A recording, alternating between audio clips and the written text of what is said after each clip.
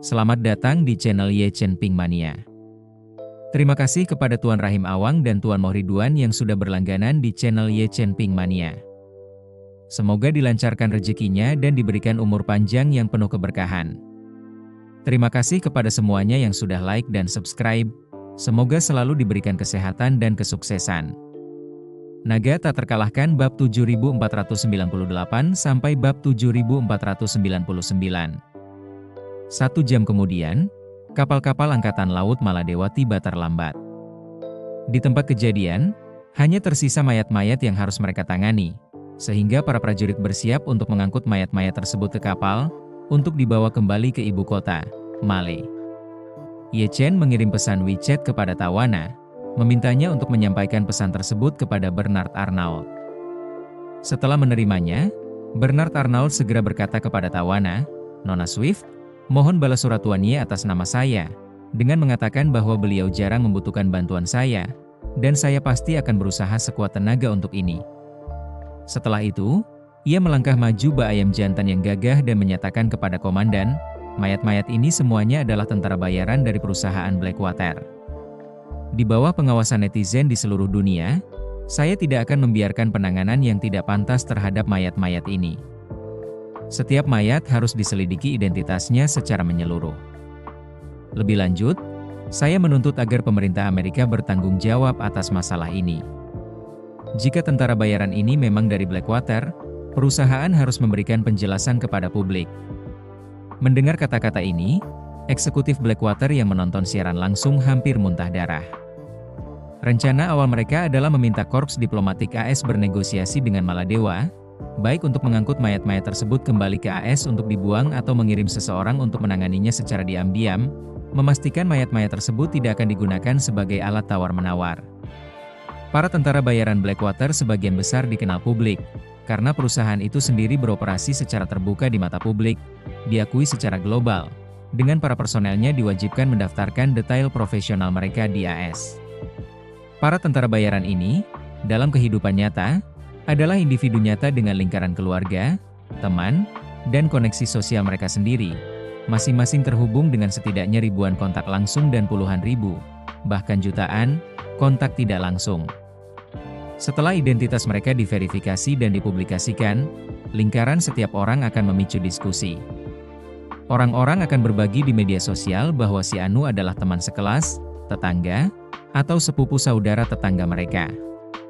Selain itu, gosip daring, terutama yang melibatkan orang dalam, selalu menarik perhatian yang lebih tinggi dari para penonton yang penasaran. Strategi Blackwater adalah membiarkan masalah ini mereda dengan cepat, tetapi begitu lingkaran sosial puluhan individu mulai ramai, panas di sekitar Blackwater hanya akan meningkat. Pada saat itu, para eksekutif Blackwater tidak menginginkan apapun selain mencekik Bernard Arnault. Tetapi mereka tidak berdaya melawannya. Lagi pula, ia pernah menjadi orang terkaya di dunia, dengan pengaruh yang sangat besar, dan bahkan seorang Prancis. Tak seorang pun berani menyentuh seseorang setinggi dirinya. Tim mereka yang bertemu dengannya hari ini sungguh sial. Komandan militer Maladewa, melihat sikap Bernard Arnault yang tegas dan penuh tekad, meyakinkannya, "Tenanglah, Tuan Arnault, kami akan menangani masalah ini sesuai prosedur yang tepat, tanpa kesalahan." Bernard Arnault mengangguk dan meninggikan suaranya, "Masalah ini bukan hanya urusan saya. Setiap korban yang hadir, dan setiap netizen yang antusias menonton siaran langsung ini, akan terus mengikutinya. Anda harus memberikan informasi terbaru tentang perkembangannya dalam waktu yang ditentukan, atau Anda akan menghadapi pertanggungjawaban dari orang-orang di seluruh dunia." Ia melanjutkan dengan serius, "Dan jangan lupa, masalah ini menyangkut reputasi Maladewa. Apakah wisatawan akan terus berkunjung tergantung pada seberapa baik atau buruk Anda menanganinya. Jika Anda mengelolanya dengan baik, itu akan dianggap sebagai kecelakaan, dan kepercayaan publik tidak akan goyah. Tetapi jika Anda salah menanganinya, orang-orang akan mempertanyakan kredibilitas Anda, dan pasar pariwisata negara Anda bisa anjlok." Tawana menambahkan, "Saya juga akan terus mengikuti perkembangan masalah ini dengan saksama.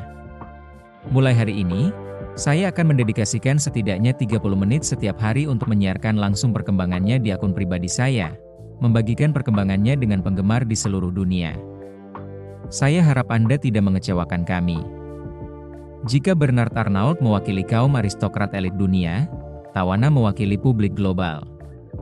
Pengaruh orang kaya berasal dari uang mereka, bukan diri mereka sendiri. Banyak Taipan menarik perhatian lokal ketika mereka kaya, tetapi jika mereka bangkrut, tak seorang pun akan melirik mereka di jalan. Namun, pengaruh seorang selebritas terletak pada diri mereka sendiri, karya, profesionalisme, dan karisma pribadi mereka membangkitkan rasa sayang publik yang tulus.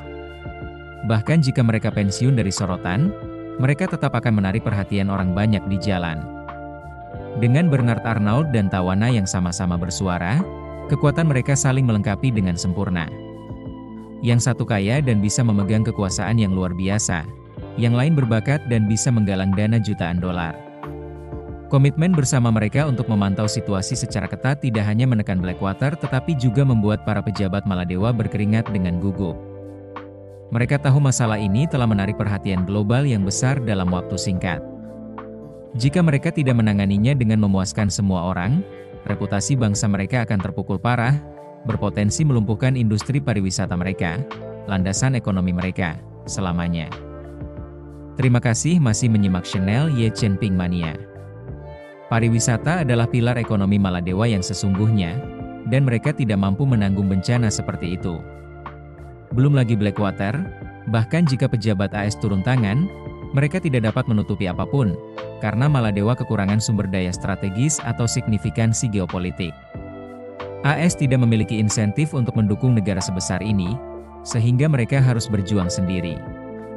Komandan militer itu segera mengangguk, "Yakinlah, meskipun negara kami kecil, kami bertanggung jawab dengan serius." Saat itu, netizen di seluruh dunia sangat menghormati Bernard Arnault dan Tawana. Sikap mereka yang tak kenal takut melawan kekuasaan menuai kekaguman luas. Terutama Bernard Arnault, yang benar-benar mencuri perhatian hari ini. Hal ini menjadi masalah bagi Blackwater. Ketakutan terbesar mereka adalah kambing hitam mereka tidak akan menghapus rasa bersalah mereka, dan ini dapat menyebabkan kerugian yang lebih besar. Bagi Blackwater, situasinya seperti kanker. Jika terdeteksi dini, operasi tanpa ampun untuk mengangkat jaringan yang terdampak dapat mengarah pada penyembuhan. Namun, jika kanker telah menyebar, bahkan pengangkatan lokasi utama pun tidak akan menghentikan munculnya masalah baru, yang berpotensi menguras separuh hidup mereka dalam prosesnya.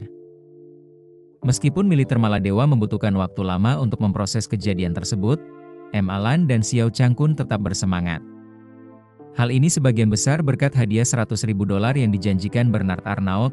Suasana hati mereka bagaikan naik roller coaster, kini dipenuhi dengan kegembiraan yang tak terbendung. Setelah militer mencatat data setiap tamu dan menangani semua mayat, para turis akhirnya diizinkan kembali ke kamar masing-masing untuk beristirahat. Hari sudah larut malam, dan banyak yang kelelahan fisik dan mental, saling mendukung saat mereka berjalan kembali. M. Alan dan Xiao Changkun berjalan bergandengan tangan. Angin laut membawa aroma darah, dan M. Alan memejamkan mata, menarik napas dalam-dalam, dan mendesah, "Oh, sayang, entah bagaimana udara Maladewa terasa lebih manis."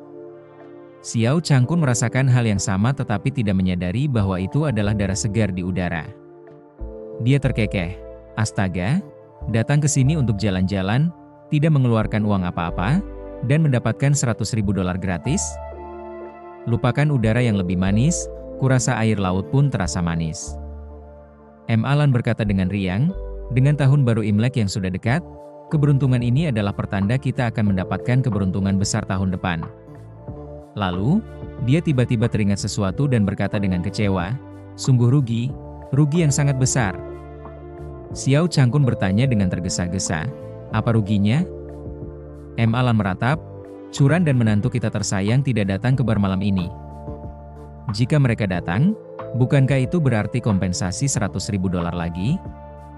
Xiao Changkun tiba-tiba tersadar, berseru, "Oh, kau benar.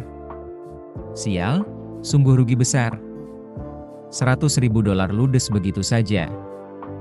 M. Alan berkata, "Tidak, aku akan menelepon mereka sekarang, melihat apakah mereka bisa bangun dan mendaftarkan nama mereka.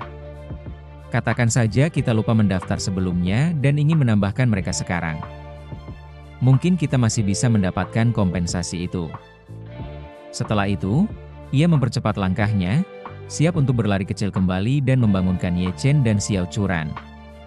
Xiao Changkun menariknya, memperingatkan, "Oh, ayolah, jangan membuat masalah." Mereka sudah selesai mendaftarkan semua orang, dan jumlahnya sudah dihitung. Jika mereka pergi sekarang dan tertangkap, lalu bagaimana? Kita tidak tahu hukum setempat Maladewa. Bagaimana jika mereka menuduh kita melakukan penipuan? Ini hampir tahun baru, jangan ambil risiko.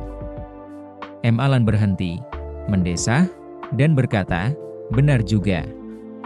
Ini bukan wilayah kita, lebih baik berhati-hati." "Yah, menantu kita tersayang kan penghasilannya banyak, dia tidak akan peduli dengan $100.000. Sambil tersenyum, ia bertanya, "Ngomong-ngomong, sayang, setelah kita mendapatkan $100.000 itu, bagaimana rencanamu? Menghabiskannya?" Xiao Changkun menggelengkan kepalanya. "Entahlah, tidak ada keperluan mendesak. Simpan saja, kurasa." M. Alan mendengus, "Simpan? Aku sudah punya rencana. Kita akan beristirahat beberapa hari di rumah, lalu pergi ke tempat yang lebih baik untuk berlibur." Xiao Changkun bertanya, "Kemana?" M. Alan menggertakkan giginya, "Dubai." Xiao Changkun mengerutkan kening, "Dubai lagi?" M. Alan membentak, "Terakhir kali itu salahmu, menyebabkan semua kekacauan ini. Aku tidak sempat menikmati Dubai sama sekali. Kali ini, aku akan berlibur dengan benar dan menghabiskan setiap sen dari $100.000 itu." Xiao Changkun teringat kenangan menyakitkan saat mencoba menipu Yao Liangyun di Dubai, yang akhirnya malah membuat dirinya sendiri celaka. Hatinya kembali hancur. Dia hendak bilang tidak akan pergi kali ini, tetapi M. Alan memperingatkan, "Sudah kubilang, terakhir kali itu ulahmu. Kali ini, kau ikut denganku, dan sebaiknya kau menebusnya. Saat kita sampai di sana, kau akan menghabiskan $50.000 untuk membelikanku hadiah sebagai kompensasi." Bersambung.